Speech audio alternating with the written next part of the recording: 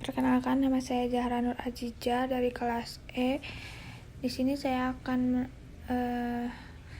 melanjutkan dari skill 8 sampai skill 14. Nah, di skill 8 itu adalah tentang vocabulary question, yaitu pertanyaan kosakata. Nah, di dalam vocabulary question ini akan ada di skill 8, 9, 10, sama 11. In the reading section of both the paper TOEFL test and the computer TOEFL test, there will be a number of vocabulary question. Jadi pada bagian membaca dari tes TOEFL berbasis kertas maupun komputer akan ada sejumlah pertanyaan kosakata. On the paper test, the vocabulary question will always be multiple choice question. Pertanyaan kosakata selalu berbentuk pilihan ganda. On the computer test, vocabulary question may be multiple choice question or they may be click-on question. Dalam stek berbasis komputer, pertanyaan kosakata bisa berupa pilihan ganda atau pertanyaan berbentuk klik. You might be asked to look at one word in the passage and click on another word with a similar or opposite meaning, or you might be asked to click on a word with a given meaning. Jadi mungkin diminta untuk melihat satu kata dalam sebuah bacaan dan mengklik kata lain yang memiliki arti serupa atau berlawanan, atau Anda diminta untuk mengklik sebuah kata dengan makna tertentu. To answer vocabulary question, it is of course helpful if you know the meaning of the word that is being tested. Untuk menjawab pertanyaan kosakata tentunya akan sangat membantu jika Anda mengetahui arti dari kata yang diuji. However, is it not always necessary for you to know the meaning of the word? Namun tidak selalu diperlukan untuk mengetahui arti kata tersebut. Often there are skills that you can use to help you find the correct answer to the question. Seringkali ada keterampilan yang bisa Anda gunakan untuk menemukan jawaban yang benar terhadap pertanyaan tersebut.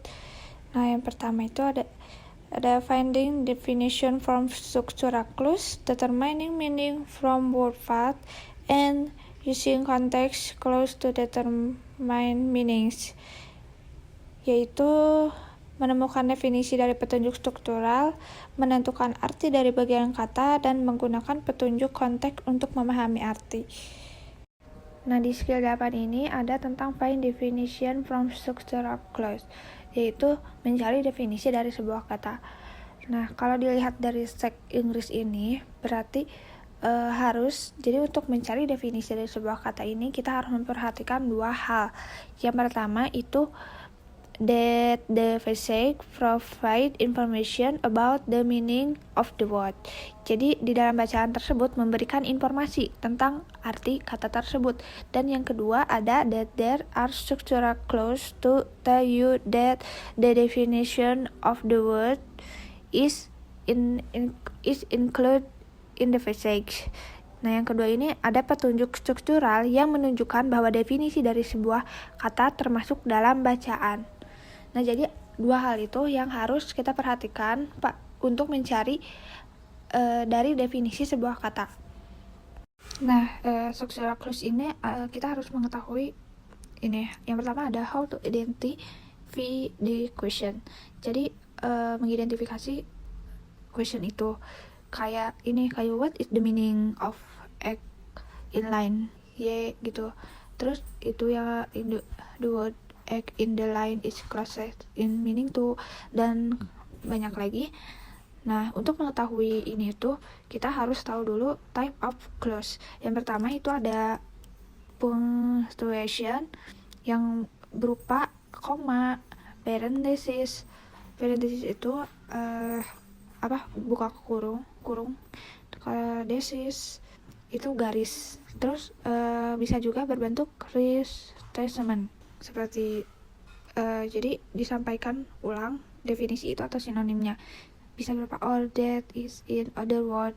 Terus ada example seperti such as, for example, dan lain-lain. Nah, where to find the answer? Bagaimana kita cara menemukan jawaban itu? Nah, ini jadi dengan kita mengetahui type of clause itu dapat membantu untuk mencari jawabannya. Dan di sini tuh how to answer this question. Yang pertama itu ada find the word in the passage. Berarti kita tuh nyari apa yang ditanyakan. Jadi apa definisinya gitu. Nah, kalau udah ketahuan, baru kita cari poin nomor 2, locate any structural clause. Nah, di sana itu apa aja sih? Ada gak sih structural clause kayak yang ada di type of clause? Terus yang ketiga, kalau udah ketemu, read the part of the passage after the structural clause careful. Jadi setelah udah ketahuan ada structural clause, itu pasti ada jawabannya. Maka kita harus baca lagi kalimat setelah structural clause itu.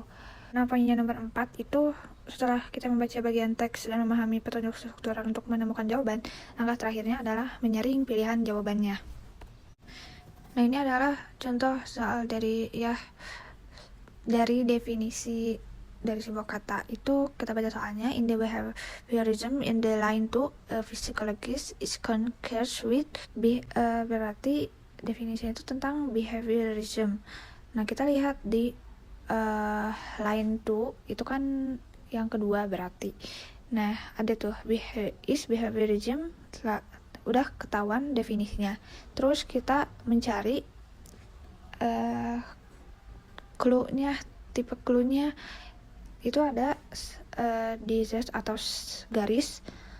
Nah, setelah itu pasti setelah ada structural clause, pasti kesananya itu akan menceritakan tentang definisi itu, yaitu the belief that the role of the psychologist is to study behavior which is observable rather than conscious or unconscious thought which is not. Nah, jadi behaviorism ini adalah kepercayaan bahwa peran psikolog adalah memberi perilaku behavior yang dapat diamati, observable, bukan unobservable. Jadi hal ini ditegaskan pada kalimat yang tadi, sehingga jawaban yang tepat itu adalah observable action. Nah, ini langsung aja ke latihannya. Itu yang pertama, soal yang pertama, the according the line 1 of the physics, what is a teddy bear? Line 1 baris ke-1, the teddy bear is a child toy, a nice soft stuffed animal suitable for cuddling. Nah, terus kita sudah menemukan definisinya itu tentang the teddy bear. Terus type of clause-nya itu is a child toy, berarti mainan anak-anak. Terus setelah itu kita bakal tahu tentang, kan sudah ketahuan structural clause-nya, berarti setelah itu bakal ada penyampaian tentang child toy ini, yaitu a nice soft stuffed animal suitable for cuddling. Jadi teddy bear ini adalah mainan yang lembut dan bisa dipeluk. Jadi jawaban yang tepat dalam nomor 1 ini adalah a plaything. Jadi teddy bear itu sendiri adalah mainan. Kalau jawaban yang A sampai C itu semuanya bukan termasuk pada mainan. Nah, yang ditanyakan pada soal ini itu adalah line 1 tentang teddy bear ini.